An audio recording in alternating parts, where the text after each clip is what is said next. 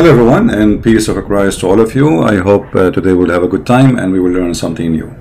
Today we have a challenge for those who call themselves Ustad in Indonesia. In fact, they are nothing but a bunch of potatoes, and they are fooling those poor Muslims in Indonesia, claiming that they have knowledge. I never met any Muslim actually have knowledge of anything. Yet, but they are all of them. They are so good to make videos to refute us in our back. Like, you know, that's gossip in their back. What about be man and call me and refute me? The only one actually they call us, I mean, rarely you can find somebody he's a sheikh he call, and the one who call us, they are a bunch of kids, they say whatever they want. I mean, who care? We don't accept Al-Bukhari, we don't accept Ibn Kathir, they don't accept anything. They make their own religion. Those people, they don't count. What about those? Those who call themselves Ustad and they want to teach you about Islam. Who are they? What they know? How much they know? In fact, all of them, they knew nothing about your religion. All of them. They are fooling you, taking a lot of money from you for nothing.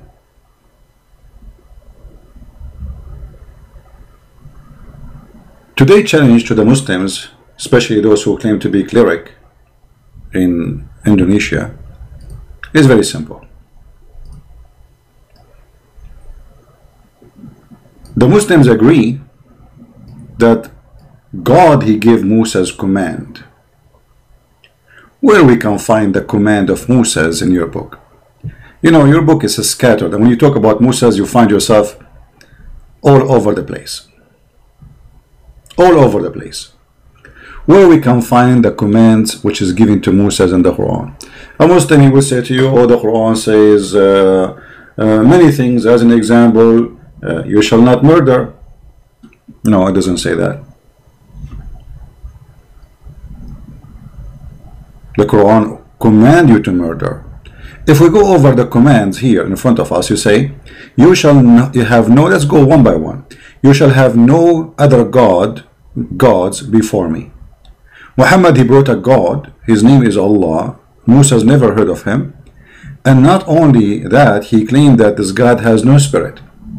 Which means when a Muslim, they say Allah is the same God of Musa's, well, if he is the same God of Musa's, then from the first book, in the book of Genesis, it says God, he created the earth and the heaven, and his spirit was in the top of the water. His spirit. So God have a spirit. The God of Islam has no spirit. So the first thing we learn from the 10 commandments, that Muhammad, he broke the first commandment. He brought a God is not exist in the Bible. God who has no spirit. So he cannot be the same God. Secondly, the commands of God in the Bible says you shall not make idols. You Muslim, you pray in the direction of cube, which is nothing but a small room, claiming that this is the house of God and it's holy. In the same time, your prophet, he kisses stones in the shape of a private part of a woman. And not only that, he claimed that this stone is going to erase your sin. We will go to this part back after we go over the 10th commandment. You shall not take the name of the Lord your God in vain. The Quran allow you to take and use the name of God in vain. Inna Allah la yu'akhidukum. You know, Allah will not take you accountable for your false oath. Remember the Sabbath day to keep holy. Muhammad, he don't care for the Sabbath. What happened to the Sabbath? It's gone. Even you Muslims, even on Friday, you work. You know, you work, you do all kind of things. And there's not even a single verse in the Quran saying this is the day which is equal to the Sabbath for the Muslims. Or what the Quran says in a Friday when they are called for a prayer, come. Why? Because Muhammad at that time used to observe Sabbath actually, and Muslims, they are busy doing shopping before the stores close, for Sabbath is coming by afternoon. Remember, Sabbath start by sunset, not by the second day as today, you know, we go by the 24 hours method. Honor your father and your mother. Muhammad did not honor his father, neither his mother. Actually, Muhammad, he says, my father and your father in hellfire. And not only that, he called those who they are not believing in his God, najis. So Muhammad, he called his mother and his father filthy. You shall not murder. Muhammad, he killed many people, including women and children. As an example, a woman, he cut her 2 pieces alive. Her name is Qurfa, and she is over the age of 40, by tying her legs into 2 camels. You shall not commit adultery. Muhammad, he found having sex with his maids in the bed of his wife, and his wife Hafsa, she said to him, في بيتي وعلى سريري, in my house and in my bed, you filthy Muhammad. You shall not steal. Muhammad was accused in the Quran of stealing even clothing. And even the Muslims, they are so proud about how many caravan the Prophet he attacked and he stole the product. Imagine you have a bunch of cars in the highway, and the guy he claimed to be a prophet, he stopped those cars, he killed the drivers, and he take and he steal all the product they have. This is what Muhammad was doing, and the Muslims are proud about such a thief. You shall not bear false witness against your neighbor. Muhammad, he bear false witness as much as he want. Actually, he taught his men, as an example, when he killed Ka'b ibn al-Ashraf, he said, one of his men, he said to him, I'm going to lie to him in order to kill him. He said, do it, okay, no problem. So the guy, he go to the house of the old man who is very old, claiming that he is coming in a friendship. When he entered the house, he put his sword inside his chest and he killed him. And what this guy he did, he was opposing Muhammad as a prophet. That's all. He did not take a sword. He did not kill anyone. He did not kill a Muslim. He did not kill a Muslim. You, Muhammad, did everything against the book. You shall not covet. Muhammad, not only he took the neighbor house, Muhammad, he took his own son, wife, and he went to her house and he flirted with the wife when the husband was not there. And then after that, he took her to his bed and he slept with her without even getting married. When she said to him, who is your witnesses? He said, Allah and Jibreel. So what we learn from this? That Muhammad, he broke all the commands of God. So how he can be a prophet of God? But now we are going to focus on something, one thing at a time, for the Muhammadans, so they can do, already they are confused, already they are weak. This is a religion of weak. We will focus on this one. You shall not make idols. You Muslims kiss the black stone, and we ask you why you kiss the black stone. You say because it's coming from heaven. This is what the pagans do. Pagan, they believe that stones present God. Actually, most of pagans, they don't believe that stones are God as much. This is a stone will give them the power of God, and this is exactly what you Muhammadan do. If we go and review what Muhammad he did and what Muhammad he teach about the black stone, we will find that you are a pure pagan people. Ibn Abbas said that he used to kiss the black stone. In different hadith it says that Muhammad, he used to kiss the black stone and he cried and he said to Umar, here the tears of sorrow will come, and he used to cry in the front of the black stone. Umar, he got Muhammad busted. He said to Muhammad, he said to the Muslims, well, I know that you are a useless stone, and you are useless, you are harmless, neither there's no use of you and there's no harm, there's no benefit if you read the hadith. And this is coming from the Bukhari. But then why Muhammad then he kiss it if there's no benefit from it? It doesn't make sense. In different hadith, Muhammad he claimed that if you touch the black stone in the Yemeni corner, by doing that, that erase your sin. And as you see, this is not a da'if hadith. He said, I heard the Prophet, the messenger, saying, touching them erase sin. And I had him say, whoever circumambulate 7 times, it's like freeing a slave. So now Muhammad, you don't need to free slaves, or just go around the Kaaba 7 times, and that's it, you free the slave. That's it. Keep your slave at home as a slave. So Muhammad, when he starts saying free a slave, people start complaining, and he himself, he cannot do that. So he said, oh, you know what, forget about it. Just go around the Kaaba 7 times, forget about the slave. It's as if you're free a slave. But the important here, you see the pagan Muhammad saying, touching them erases sin. I challenge those Muslim Ustad to tell us how touching stones will erase your sin.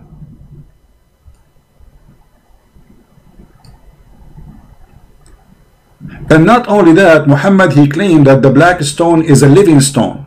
What does that mean? The black stone is going to come on this earth and is going to have eyes. And is going to have a tongue. And this is exactly what pagan believe, that those are stones. They speak, they have will, they have a brain, they are powerful. So look what Muhammad, he said, just said, and he did. He said that touching the stone will erase your sin, and this stone is going to be in the judgment day, is going to be a partner with Allah in the judgment day rule. What the stone will do? Allah is stupid. Allah don't know what you did. The black stone is going to witness for what you did in your daily life. That's mean the black stone have a memory which Allah has not. The messenger of Allah said, the black stone, by Allah, he swear, Allah will raise it in the day of resurrection with two eyes by which it sees and tongue that it speak, with testifying to whoever touch it in truth. The black stone, my friend, is going to testify for you. A black stone.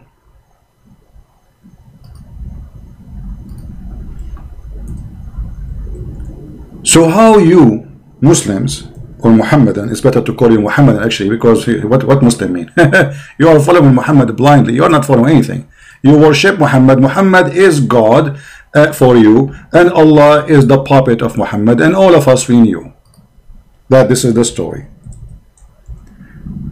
If we go to the images of the black stone, which you Muslim provide us, and I say thank you, if we go there, we will see something very funny and very stupid about this stone, because this stone, nothing left of it. This stone, nothing left of it. There is this little tiny rocks, few rocks fixed between wax. I don't know if you can see it in the screen. So where is the black stone which Allah is going to raise in the judgment day?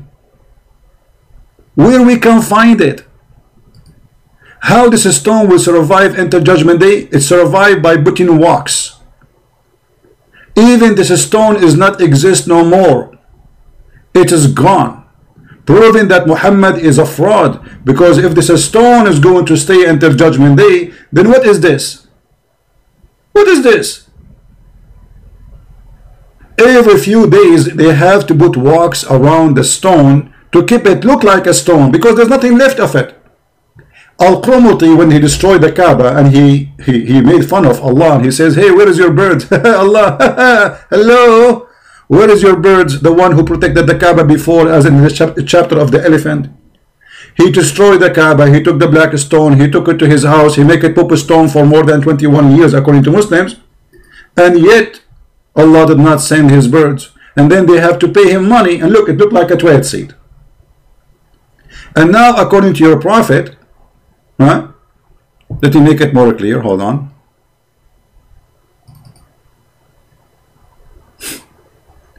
According to your prophet, this black stone is going to come in the judgment day. Let us see. I'm trying to get a better image so we can see. I don't know if you guys saw with me what we are talking about. This picture is clear, but anyway, let me use it with this one.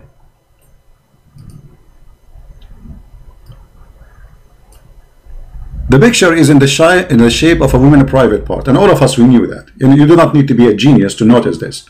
But according to Muhammad, this black stone, which supposedly the stone of Allah, which is supposedly we should touch it, which supposedly it erase our sin, which supposedly is going to have eyes and tongue, which mean the following.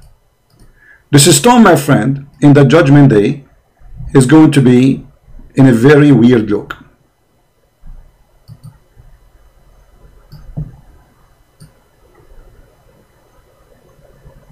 According to your God Muhammad and his prophet Allah,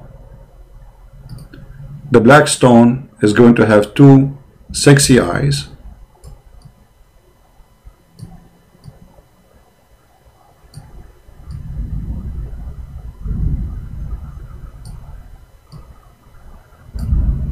is going to have a mouth,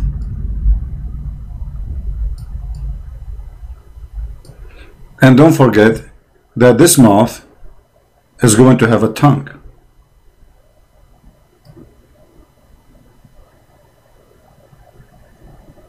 And obviously this tongue will be big, because it's going to witness to more than 1 billion or maybe 2 billion Muslims by the time the judgment day happen. How in the world you can believe in such a thing?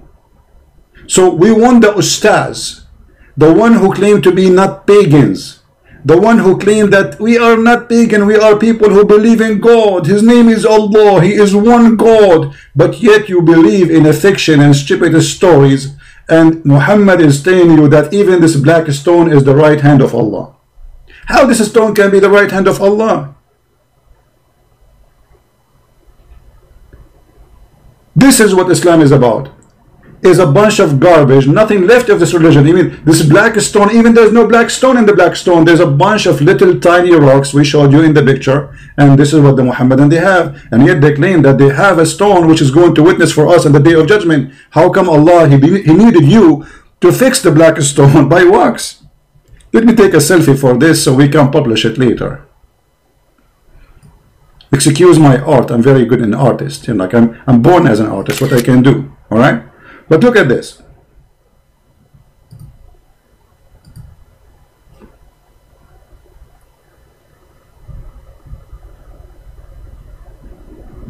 I mean, a human being sometimes is crazy. How people believe in such a garbage? It happened.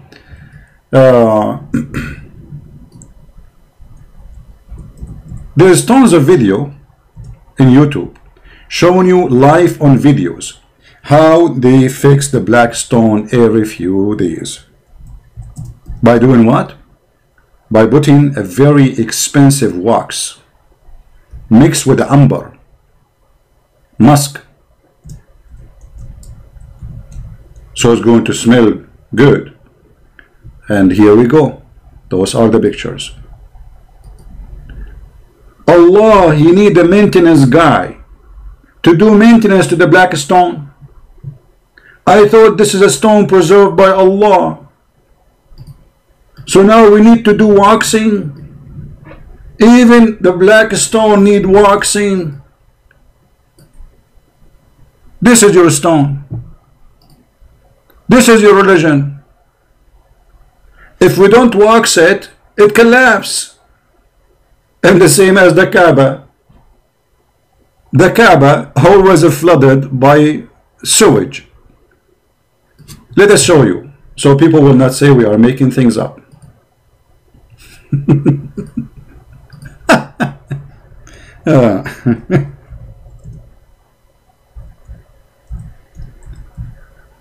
Ask yourself, if this Kaaba was chosen as a location by God, how come God, he chose the worst location in the world for the Kaaba, where always rain come and all the sewage of Mecca cover the Kaaba? And look, it looked like a pizza, what it's called, pizza tower in Italy. They fix it. This is an old picture, you know. Then they start adding cement, thanks to the American, you know, come with concrete and all those stuff. Otherwise, this Kaaba was a piece of garbage. But look at this. Allah, he chose the location. The location is the worst place in Mecca. And you know, imagine you are the most rich person in the world, not God, and you ask an engineering company to find the best location for your house. And then after a few weeks, your house is flooded by water and sewage. This is the house of God.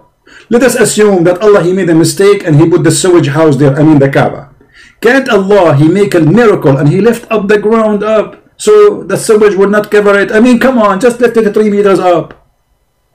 Can't Allah do that? No, he cannot. He's a potato. This is the house of God. If you like to learn how to swim, I can take you there.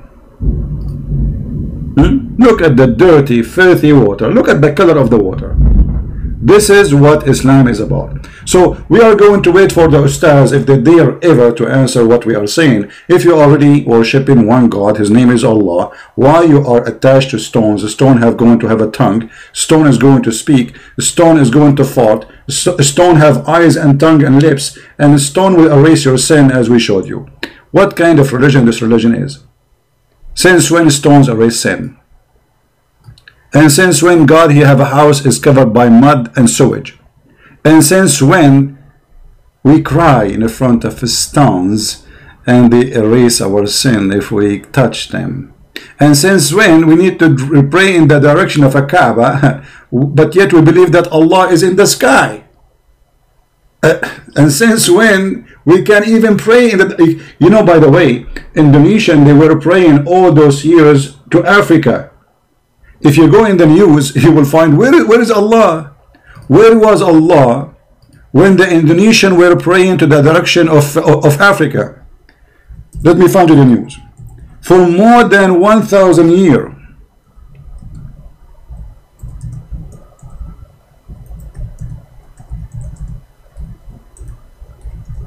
Allah, He did not send you somebody to find the correct direction to you.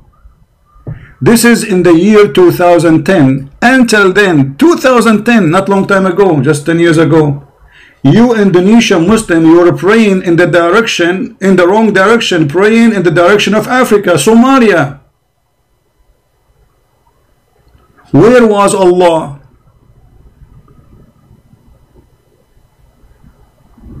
Do you see it? This just 10 years ago, imagine how many 100 million Indonesian, they pray all those 1,000 years. Praying to what? To Somalia.